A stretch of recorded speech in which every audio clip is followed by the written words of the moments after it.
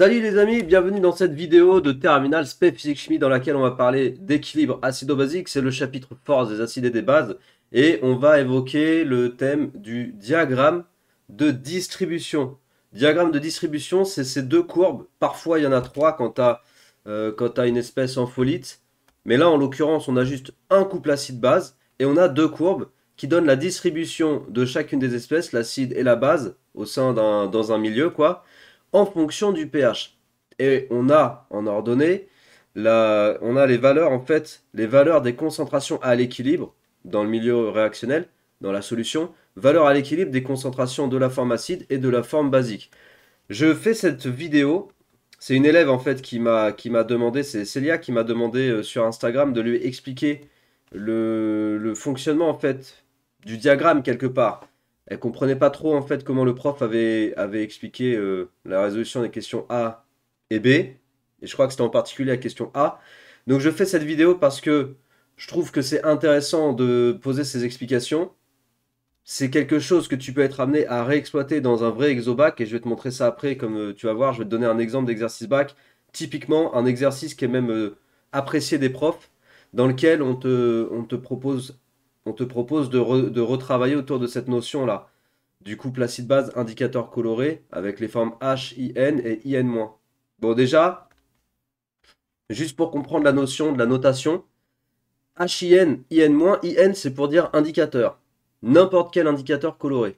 Un indicateur coloré forme un couple acide-base. Dans l'indicateur coloré, il y a une forme acide qui contient un H, un hydrogène qui va être capable de céder. Et dans la forme basique, le H, l'hydrogène, a été cédé. Et on obtient la forme basique notée IN-. C'est juste une notation ça.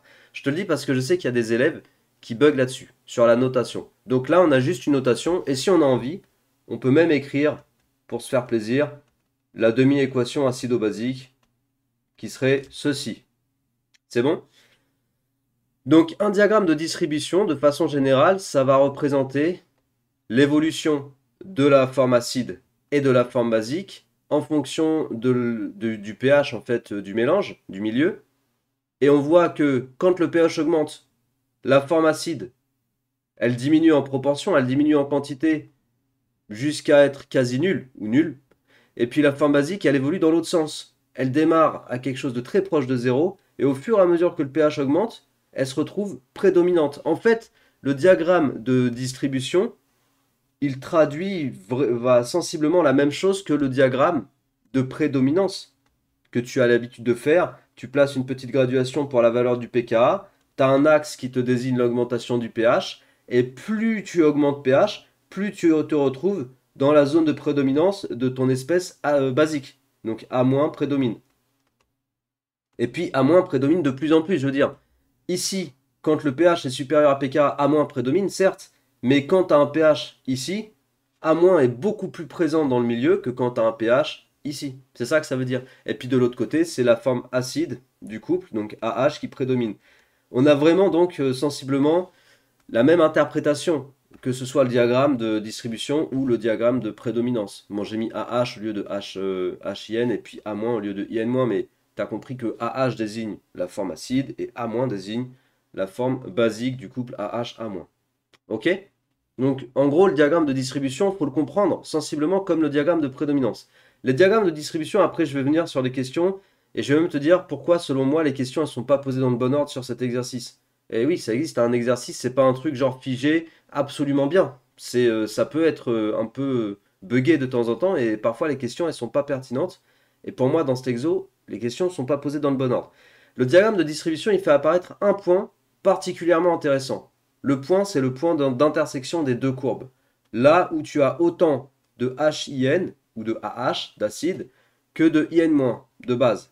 Là où tu as autant de HIN que de IN-, il se passe un truc très important, très intéressant.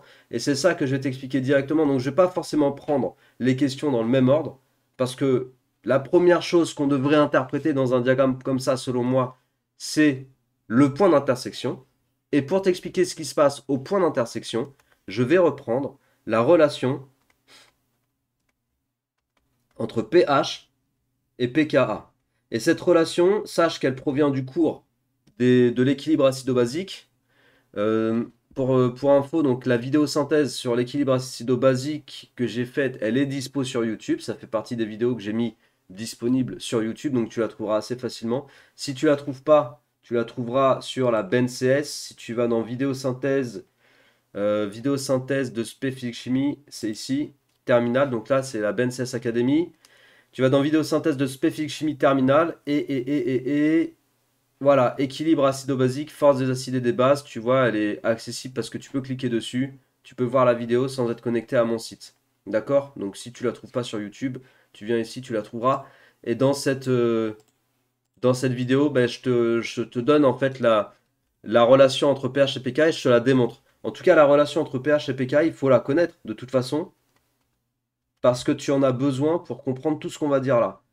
La relation entre pH et pK pour un couple AHA-, c'est ça. Après, si tu veux que je l'écrive dans le contexte de notre exo, je vais pas mettre AH. Si les notations sont un problème pour toi, je vais mettre IN-. Donc ça, c'est la forme basique. Concentration de IN- à l'équilibre. Et puis là, concentration de HIN à l'équilibre. Ok? Voilà la relation. Lorsque les courbes se coupent au point d'intersection, qu'est-ce que ça veut dire mathématiquement? Ça veut dire que tu as autant de HIN que de IN-. Là où les courbes se coupent, on a l'égalité entre les deux quantités qui sont représentées. Quand IN-, concentration à l'équilibre de IN-, égale concentration à l'équilibre de HIN, qu'est-ce qui se passe? Je ne vais pas mettre quand, je vais mettre si. Si les concentrations sont égales, alors le rapport des deux concentrations, il va être égal à quoi? Si elles sont égales, le rapport va être égal à 1. Donc, le log du rapport de IN- sur HIN, il va être égal à quoi? Il va être égal à ln de 1. Et log de 1. Et log de 1, c'est quoi? Bon, là, il faut connaître aussi un petit peu les fondamentaux mathématiques. Log de 1, c'est 0. On va se retrouver avec logarithme du quotient ici qui vaut 0. Si le rapport vaut 1, le log vaut 0. Alors, on va se retrouver avec pH moins pK qui va être égal à 0, puisque pH moins pK dans la relation que je t'ai dit avoir démontré dans le cours, c'est log de IN- sur HIN.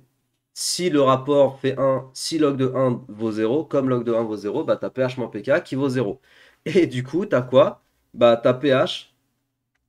Le pH de cet endroit-là, il est égal au pK du couple.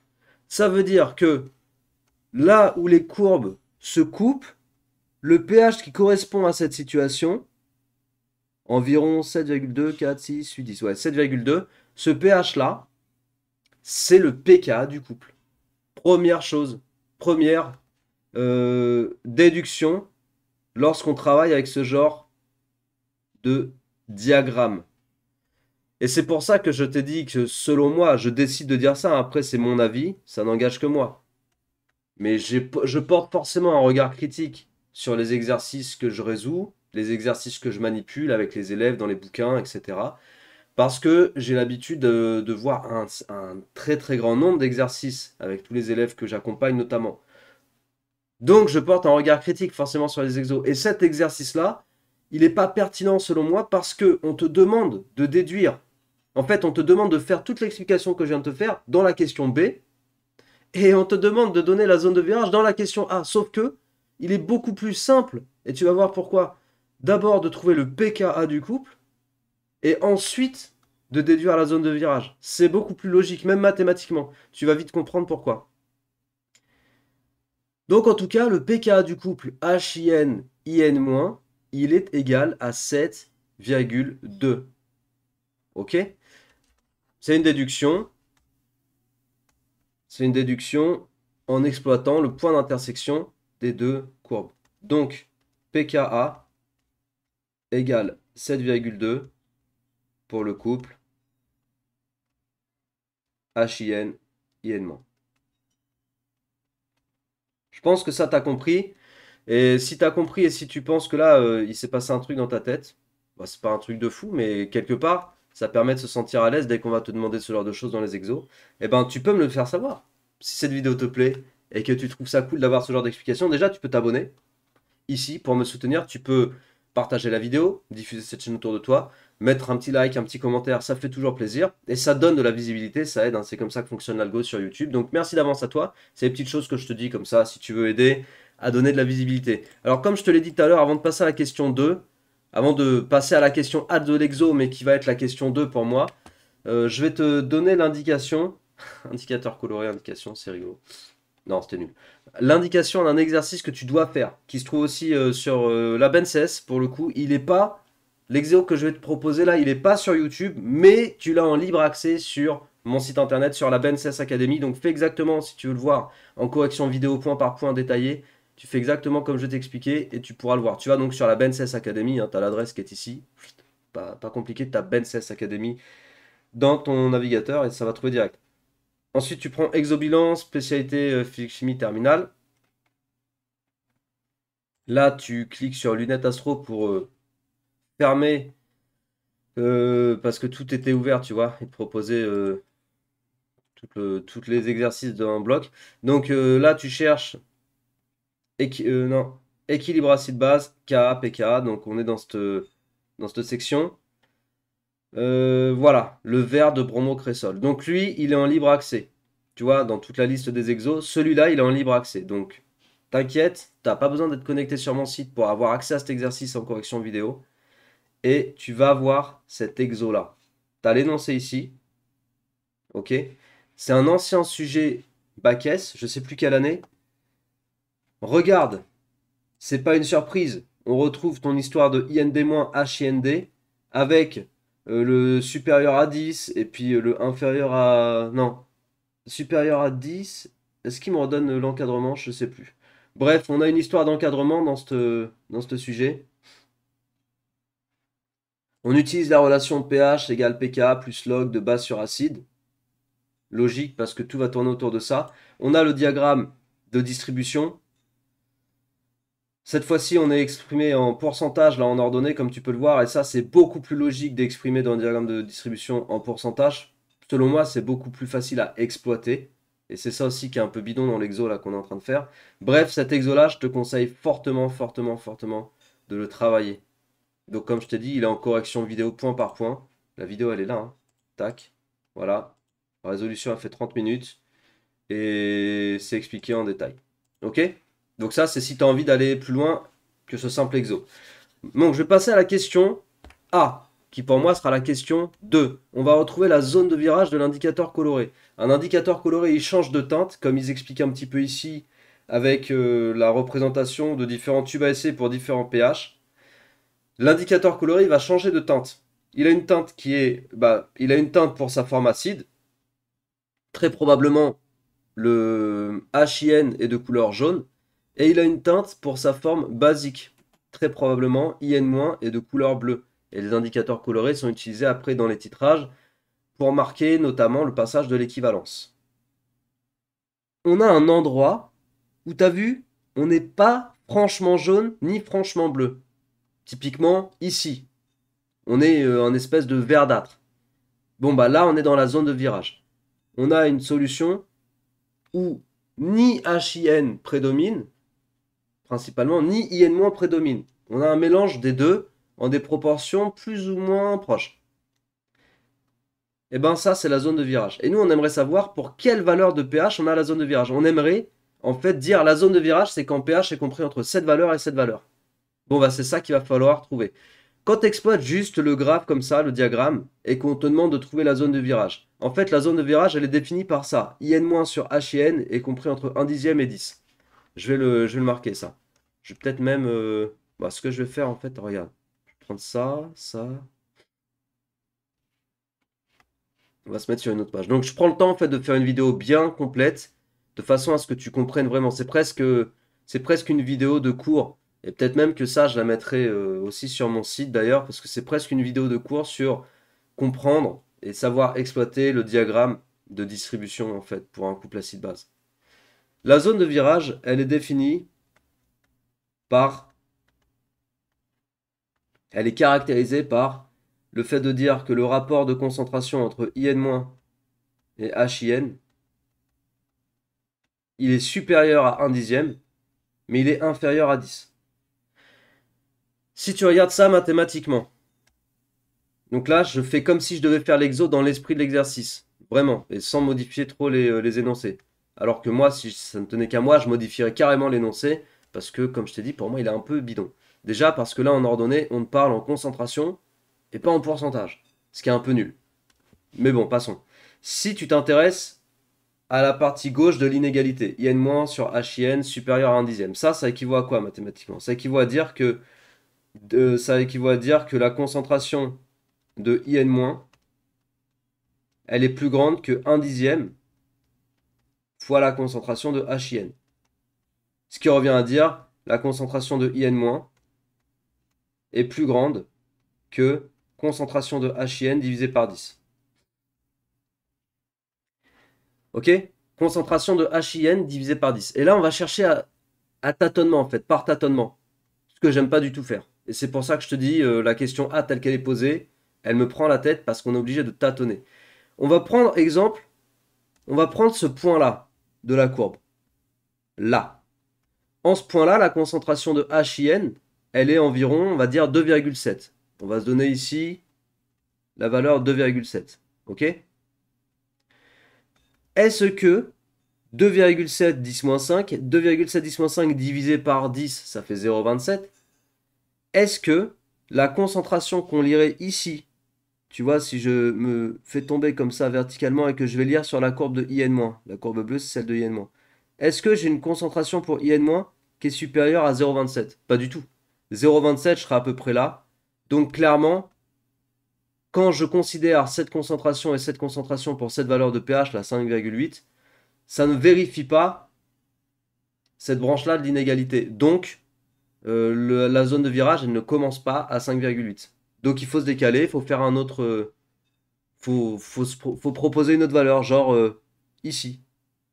Hop. Si je me prends 2,5 10-5 comme valeur de concentration pour HIN, si je divise par 10, ça fait 0,25. Est-ce que là, le point correspondant, on a une concentration pour IN- qui est supérieure à 0,25? Ouais, à peu près. À peu près. La zone de virage, elle doit donc commencer à peu près ici.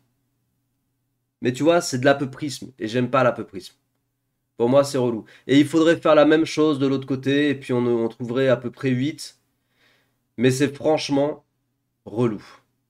Et là, je vais te montrer comment faire mathématiquement pour donner la réponse de la zone de virage. Donc il s'agit d'encadrer pH. En fait, la zone de virage, il s'agit de dire, il y a la zone de virage pour pH compris entre telle valeur et telle valeur. Et ben regarde, on va faire des maths, et on va trouver la réponse à notre question de façon exacte et sans tâtonner. Je pars de ça. Donc c'est ce qui caractérise la zone de virage. Ok? Souviens-toi, souviens-toi que je t'ai dit tout à l'heure que pH moins pKa, c'est log de A- sur AH. Tu te souviens? Donc pH, c'est pKa plus log de A- sur AH. Ok? Eh ben on va repartir de ça et on va reconstruire l'expression de pH. Alors qu'est-ce que je vais faire dans un premier temps? Bon, là les élèves qui ne font pas SPEMAT et les élèves encore pire qui n'ont pas fait SPEMAT en première, là ils vont avoir un peu de difficulté, mais là j'y peux rien non plus. Parce que quand on fait de la physique-chimie, on fait des maths, donc il faut savoir manipuler les outils de maths fondamentaux. Ici, je vais appliquer sur mon inégalité, je vais appliquer la fonction log de x à tout le monde. Et comme la fonction log de x est une fonction croissante, je vais me retrouver avec les images qui sont comparées dans le même ordre. Franchement, cette vidéo, je vais la ranger dans les vidéos synthèses sur mon site. Je vais la ranger, je la mettrai en libre accès. Donc même chose, vache si, je t'ai montré tout à l'heure. Il y a quelques vidéos synthèses en libre accès sur mon site, tu peux les retrouver. Celle-là, elle y sera. Parce que je trouve que ce sera une bonne façon de compléter le cours sur l'équilibre acide-base que j'ai déjà fait. Donc quand j'applique le log à tout le monde, je me retrouve avec ça. Il se trouve que log de 1 dixième, tu peux taper, si tu veux ça dans ta calculatrice, ça va te faire moins 1. Il se trouve que log de 10, ça te fait 1.